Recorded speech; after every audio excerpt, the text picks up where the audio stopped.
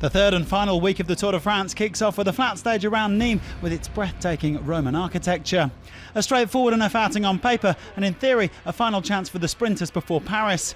But the riders also had to deal with the searing heat, temperatures soaring to over 35 degrees Celsius. That didn't stop the day's breakaway, covering over 45k in the first hour, with Jumbo-Visma pacing the peloton for Dylan Groenewegen.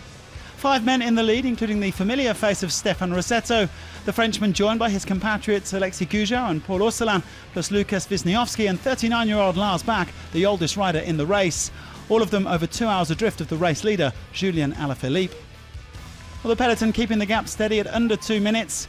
After crossing the magnificent Pont du Gard, there was a scare for Geraint Thomas. The defending champion crashing at low speed. No real damage done, just a few grazes, and the Welshman was quickly ushered back to the pack.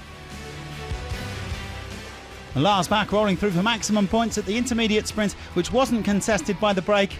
A different story in the peloton though, Viviani darting in front for 10 points ahead of Sonny Colbrelli and Peter Sagan. Well, the peloton just toying with the breakaway, bringing the gap down to under a minute in the final 50k, although they didn't want to catch them too early. There was then another crash with 28k to go, and this time with serious consequences. Astana leader Jakob Fuglsang forced to abandon the race.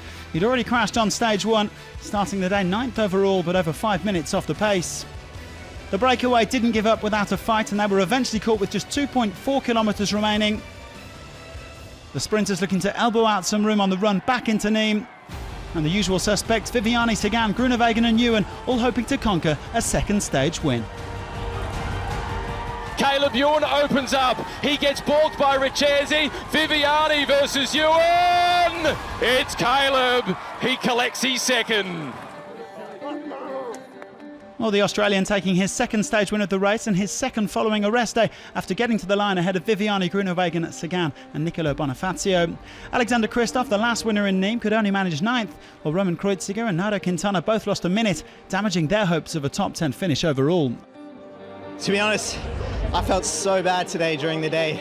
I think the heat really got to me, and I was actually suffering so much, and I was almost about to tell Max to get off the front because I was really suffering. But I had extra motivation today. My daughter and my wife are here, so I'm so happy I could win for them. So Caleb Ewan joins Julian Alaphilippe and Simon Yates as a double-stage winner on this Tour de France, and he's the only sprinter to have managed that feat.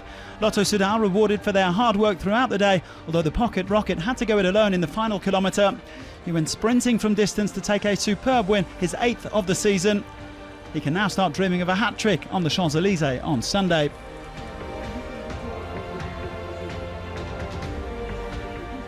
Alaphilippe still leads the race by 1 minute and 35 seconds, with the next 5 riders separated by 39 seconds.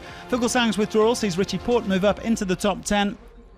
And with an 85-point lead, Sagan is cruising towards the 7th green jersey, although only 26 points now separate Viviani in 2nd and Ewan in 5th. Tim Wellens has been in polka dots since stage 3, but Thibaut Pinot will be breathing down his neck when we get to the Alps. Egan Bernal should have less trouble staying in white. His nearest rival, David Gaudu, is over 13 minutes adrift. Well, tomorrow it'll be 12 days in yellow for Alaphilippe, who is 1 day closer to Paris.